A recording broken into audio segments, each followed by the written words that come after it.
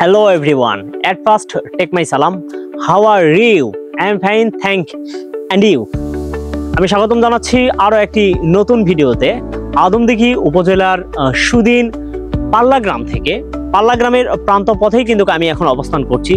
আপনারা দেখতে পাচ্ছেন আমার পিছনে যে একটি রাস্তা আছে, এই রাস্তাটি টোটালি চলে গিয়েছে আবাদপুকুরমুখী এই রাস্তাটি গিয়েছে এবং আদমদীঘি আমার হাতের যে বাম পাশের অবস্থানটি দেখছেন, এটি আদমদীঘি আসার একটি প্রান্ত পথ এবং আমি যে রাস্তাতে এখন অবস্থান করছি দাঁড় হয়েছি, এটি কিন্তু সুদিন এবং পাল্লা গ্রামের প্রান্ত পথ। তো এখানে দাঁড়িয়ে গেলাম একটি বিশেষ প্রয়োজনে আমি এসেছিলাম। আসলে চোখ তো আটকে গেল, করার তো কিছু নেই। প্রকৃতি আর আকাশের মেঘে যেন আচ্ছন্ন, খুবই ভালো লাগছে।